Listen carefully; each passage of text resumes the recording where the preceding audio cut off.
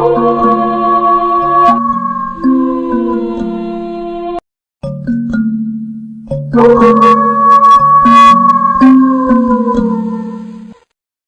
Book of Werewolves, Chapter 2, Lycanthropy among the Ancients. Definition of lycanthropy. Marcellius Seditz, Virgil, Herodotus, Ovid, Pliny, Areopagus. Story from Petrodonius. Arcanian legends. Explanation offered. What is lycanthropy? The change of a man or woman into a form of a wolf, either through magical means, so as to enable him or her to gratify the taste for human flesh, or the judgment of gods in punishment for some great offense. This is popular definition. Truly it consists in a form of madness, such as to be found in most asylums. Among the ancients, this kind of insanity went by the names lycanthropy, kuanthropy, or buanthropy, because those afflicted with it believed themselves to be turned into wolves, dogs, or cows. But in the north of Europe, as we shall see, the shape of a bear, and in Africa that of a hyena, were often selected in preference. A mirror of taste. According to Marius Seditz, of whose poem a fragment exists, men are attacked with this madness chiefly in the beginning of the year, and become most ferocious in February, retiring for the night to lone cemeteries, and living precisely in the manner of dogs and wolves.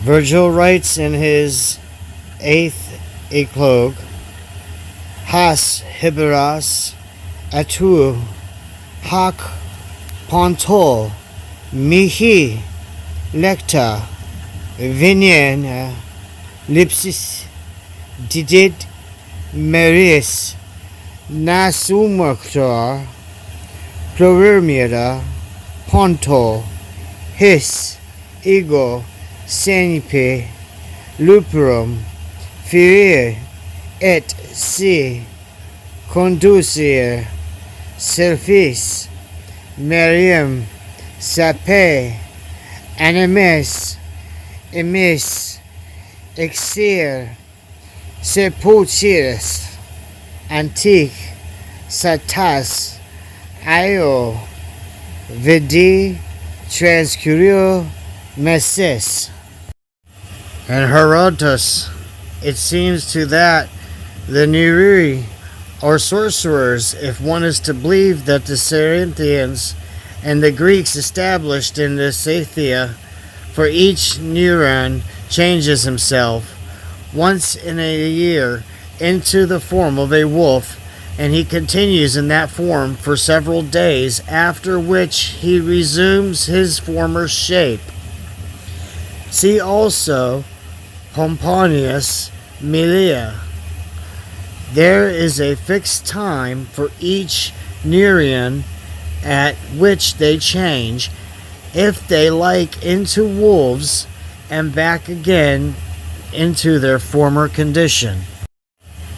But the most remarkable story among the ancients is that related by Ovid in his Metamorphosis of Lycon, king of the Arcadia, who, entertaining Jupiter one day, set before him a hash of human flesh to prove his obedience, whereupon the god transformed him into a wolf. In vain he tempted to speak, from that every instant his jaws were respluttered with a form, and only they thirst for blood as he raged among flocks and panted for slaughter. His vestment was changed into hair, his limbs became crooked. A wolf he retains, yet large trace of his ancient expression.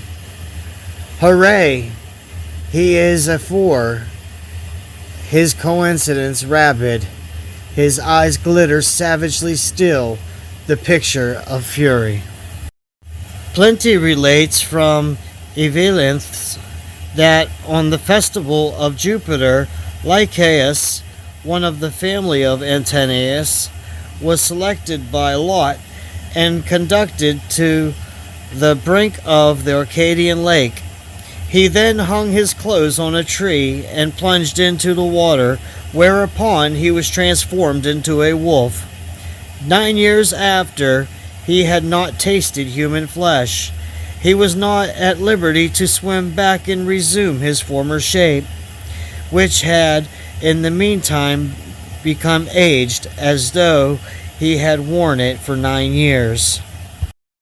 Agrippus relates to the Demetrius having assisted at an Acadian human sacrifice to Jupiter. Lycaeus ate of the flesh and was once transformed into a wolf, in which shape he prowled about 10 years, after which recovered his human form and took part in the Olympic Games. The following story is from Petronius. My master had gone to Capua to sell me some old clothes. I seized the opportunity and persuaded our guest to bear me company about 5 miles out of town, for he was a soldier and bold as death. We set out about cockcrow, and the moon shone bright as day, when coming among some monuments, my man began to converse with the stars. Elias, I jogged along singing and counting them. Presently I looked back after him and saw him stripped and lay his clothes by the side of the road. My heart was in my mouth in an instant. I stood like a corpse when in a crack he was turned into a wolf. Don't think I'm joking. I would not tell you a lie for the finest fortune in the world. But to continue, after he was turned into a wolf, he set up a howl and made straight for the woods. At first I did not know whether I was on my head or my heels. But at last, going to take up his clothes, I found them turned to stone. The sweat streamed from me. I never expected to get over it. Melissa began to wonder why I walked so late. Had you come a little sooner, she said, you might at least have lent us a hand, for a wolf broke into the farm and butchered all of our cattle. But though he got off, it was no laughing matter for him, for a servant of ours ran him through with a pike. Hearing this, I could not close an eye, but as soon as it was daylight, I ran home like a peddler that had been eased of his pack. Coming to the place where the clothes had been turned to stone, I saw nothing but a pool of blood, and when I got home, I found my soldier laying in bed, like an ox in a stall, and a surgeon dressing his neck. I saw at once that it was he was a fellow who could change his skin, and after I could eat a bread with him. No, not if you could have killed me. Those who would have taken a different view of the case are welcome to their opinion. If I tell you a lie, may your genie confound me. As everyone knows, Jupiter changed himself into a bull, Habakkuk became a bitch, Acticon a stag, and the comrades of Eleusis were transformed into swine, and the daughters of Parodius fled through the fields, believing themselves to be cows, and would not allow anyone to come near them, lest they would be caught and yoked.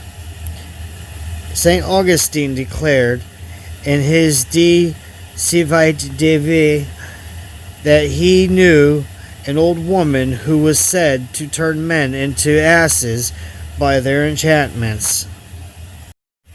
Apollosius had left us a charming romance of a golden ass, in which the hero, though industrious, uses the magical slave, is transformed into a long-eared animal. It is to be observed that the chief of the lycanthropy was Arcadia, and it has been very plausibly suggested that the clause may be traced to the following circumstances.